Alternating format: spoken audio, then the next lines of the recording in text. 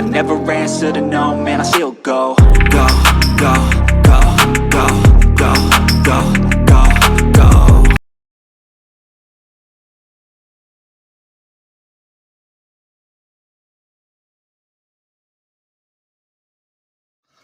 Brian Giles with Brian Giles MTG. And we are here with more Bloomburrow crazy spoilers. So first up is an entirely crazy card in For the Common Good. So a green and 2X for a sorcery that reads, create X tokens that are target copies of target token you control. Then those tokens gain indestructible till your next turn. You gain 1 life for each token you control. Wow. And this is in the green color, which is also part of the bunny color. So if you're creating a bunch of little rabbit and tokens and whatnot, yeah, it's 2x to create them. So you need to spend 2 mana for every token you create, but you're gaining a life for each of those tokens. For each of your other tokens, and they gain indestructible until your next turn. So hoo-ha.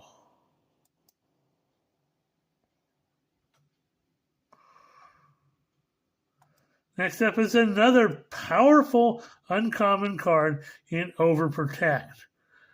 A green and 1 for an instant that reads, target creature you control gets +3/+3, gains trample, hexproof, and indestructible till end of turn. Well, that's very decent for 2 mana. Hoo-ha. Then we have 3 Tree Scribe, a green and 1 for a 2/3 Frog Druid.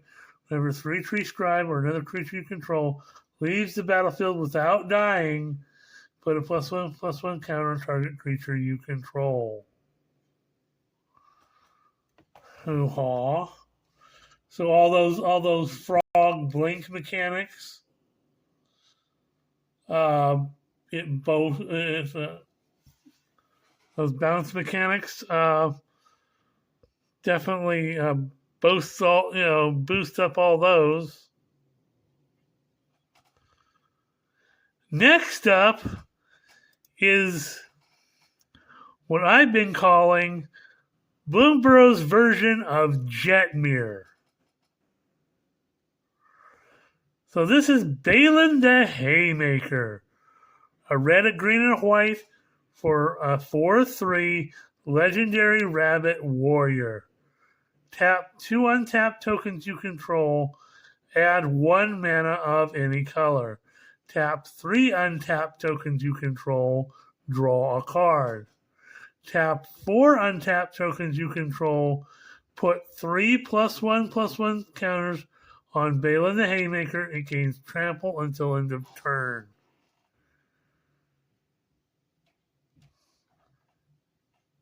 So if you got 4 untapped tokens, this thing becomes a 7/6 and gains trample until end of turn. If you're ramping up with stuff like treasures, because you definitely have the red going on here, and green making treasures, and the green and white, making the bunny rabbits, and more rabbits and more rabbits. Yeah, this dude's gonna get out of pocket quickly, and he's got ways for you to do some mana fixing, do some card draw. He gets bigger. I mean, this dude, as a commander, this thing, if you got a deck that's based around tokens, I would all the way 100% put this in my Jetmir deck.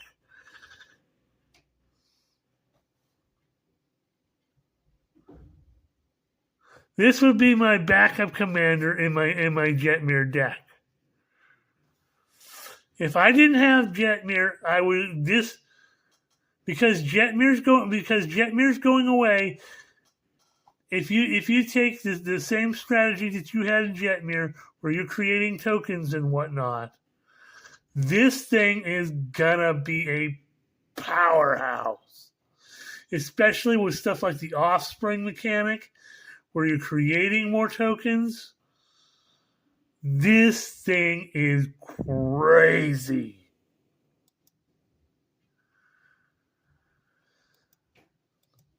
Next up, we have Harvest Right Host, a white and 2 for a 3/3 rabbit citizen. When Harvest Right Host or another rabbit you control enters, target creature you control gets +1/+0 till end of turn.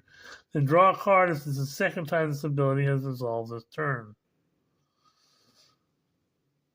So that really plays into, especially if you're using the offspring mechanic. Hoo-ha. Then we have Valley Flood Caller. This card was kind of spoiled a little earlier, but we do have the official version of it. So it's a blue and 2 for a 2/2 Otter Wizard with Flash. You may cast non-creature spells as though they had flash. Whenever you cast a non-creature spell, birds, frogs, otters, and rats get +1/+1 till end of turn and untap them. Okay, so this guy, this guy's kind of like the typo lord that we've seen in other cards. Okay, next up, this is an absolutely insane card that was spoiled over the weekend. This is Dragonhawk Fate's Tempest. 2 red and 3 for a 5/5 bird dragon at mythic level. He's a legendary bird dragon at mythic level, and he earns every bit of that mythic level. He has flying. Whenever Dragonhawk enters or attacks, exile the top X cards of your library, where X is the number of creatures you control with power 4 or greater. You may play those cards until your next end step. At the beginning of your next end step, Dragonhawk deals 2 damage to each opponent for each of those cards that are still exiled. So either you play them or you save them up and deal 2 damage to each opponent for each card that's still exiled. This thing is crazy. You stick this in your dragon deck where most of your cards in there are power 4 or greater. And this guy will run shop. You're just constantly pinging people. What you can't play,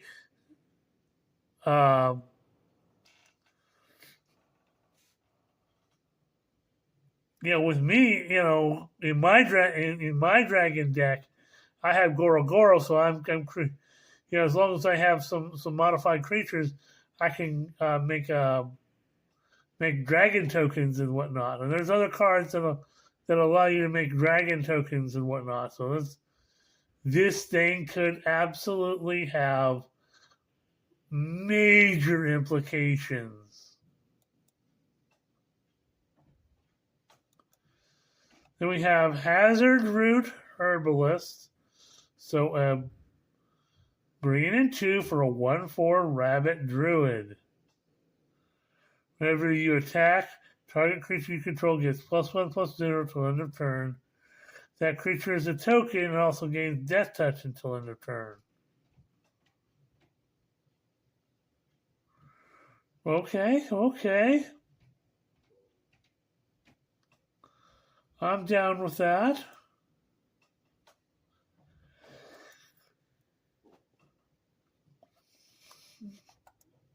Next up is another crazy one of the calamity beasts in Rotten Mouth Viper. He's a beefy black and 5 for a 6/6 elemental snake. He's mythic and he earns that mythic. As an additional cost to cast this spell, you may sacrifice any number of non-land permanents. This spell costs 1 less to cast for each permanent sacrificed this way.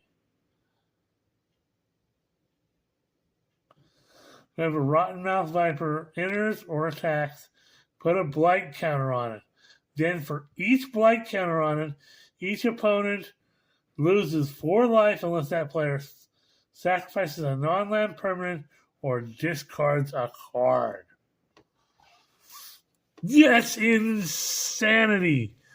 I mean, losing 4 life unless you sacrifice a non-land permanent or discard a card. So if you don't have any cards in hand and you don't have any non-land permanents on the board, this thing will just do all sorts of bad things. And that's each opponent. Everybody gets to smoke. That's just crazy.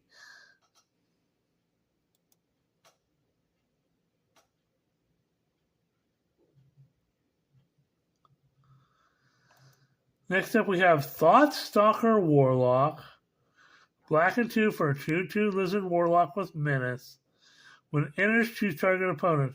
If they lost life this turn, they reveal their hand. You choose a non-land card from it.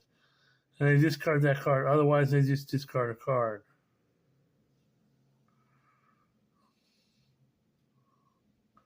If they lost life, you get to choose. Otherwise, they get to choose. But you're still discarding cards. And it definitely works with Mr. Snaky we just saw. Next up, we have Stormbreaker, a red 3 for a 1/4 otter with haste. Whenever you cast an instant or sorcery spell, create a token copy of Stormbreaker. Exile those copies at the beginning of the next end step.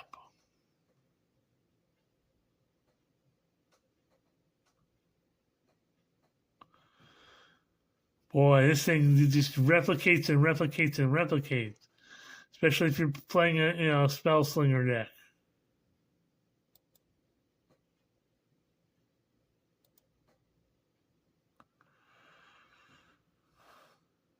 Next up, we have Sinister Monolith. Another artifact. So for a black and 3, you get an artifact that reads, at the beginning of combat on your turn, each opponent loses 1 life and you gain 1 life. Tap 2, pay 2 life, sacrifice Sinister Monolith, draw 2 cards, activate only as a sorcery.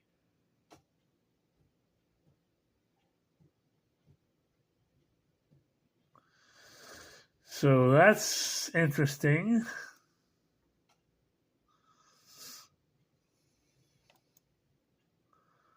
We have Seasoned Warren Guard.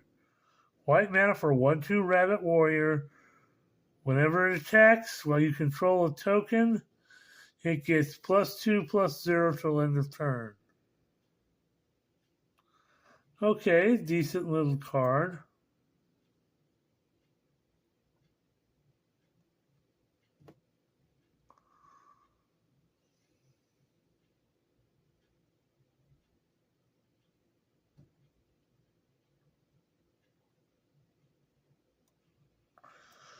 So we have Seasoned Warren Guard. Next up is Hazel's Nocturne. So for a black and 3, you get an instant that reads, return up to 2 target creature cards from your graveyard to your hand. Each opponent loses 2 life and you gain 2 life. That's pretty powerful. You get 2 cards back. Everybody else loses 2 and you gain 2. 4 mana, I call that good value. Next up is Patchwork Banner. Much like the heraldic banners and whatnot, it's 3 mana for an artifact. As it enters, choose a creature type. Creatures you control of the chosen type get +1/+1. Tap it to add 1 mana of any color. So, unlike the heraldic banner where you choose the color, and creatures of the chosen color get the bonus. This is you choose a creature type. Creatures of the chosen type get +1/+1, and you can have mana of any color. So it's a pretty decent mana rock and boon for 3 mana. I'm not going to say no to that at all.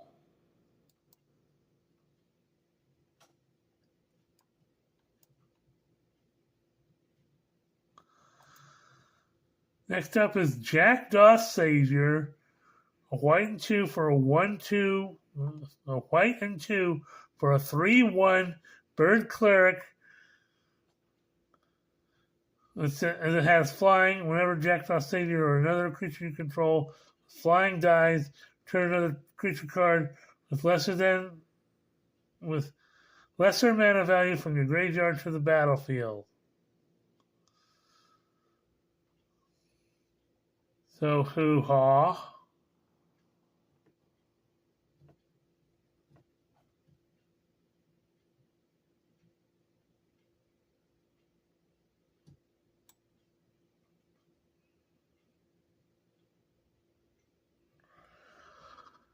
So this guy again brings some stuff back from the graveyard, and again the birds care about other creatures and stuff. So we got Paw Patch Recruit, white mana for a 2/1 Rabbit Warrior with Offspring of 2. It has Trample. Whenever a creature you control becomes the target of spell ability an opponent controls, put a +1/+1 counter on target creature you control other than that creature.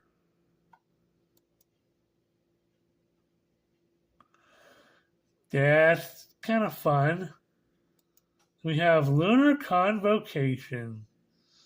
A white and a black for enchantment that reads, at the beginning of your end step, if you gain life this turn, each opponent loses 1 life.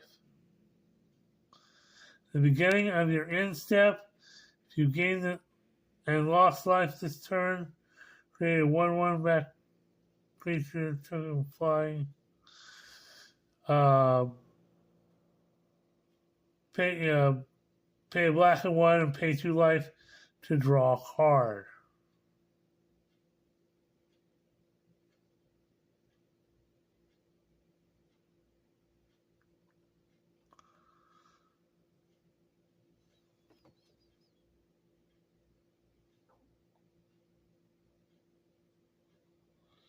So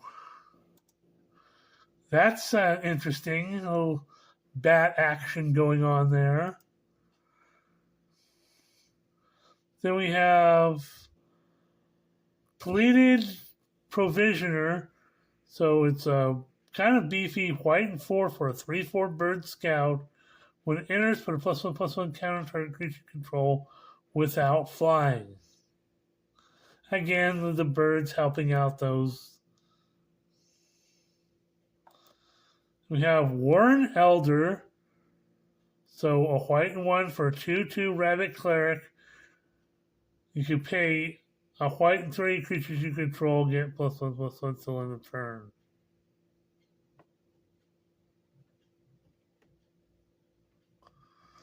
So hoo-ha. We have Mind Spiral. So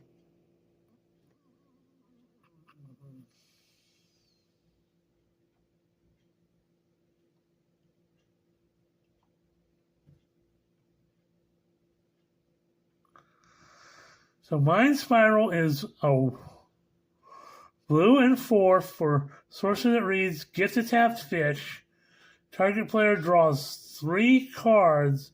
The gift is promised tap target creature and opponent controls and put a stun counter on it. Well, it's somewhat useful. Again, the whole political. That's just what we call it. The whole you help me, I help you type thing.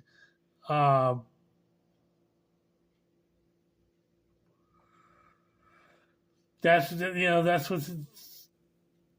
what's going on here.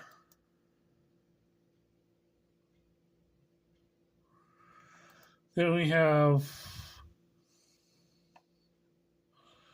You know what? I'm going to stop here. We're at 20 minutes. We'll see you on the next video.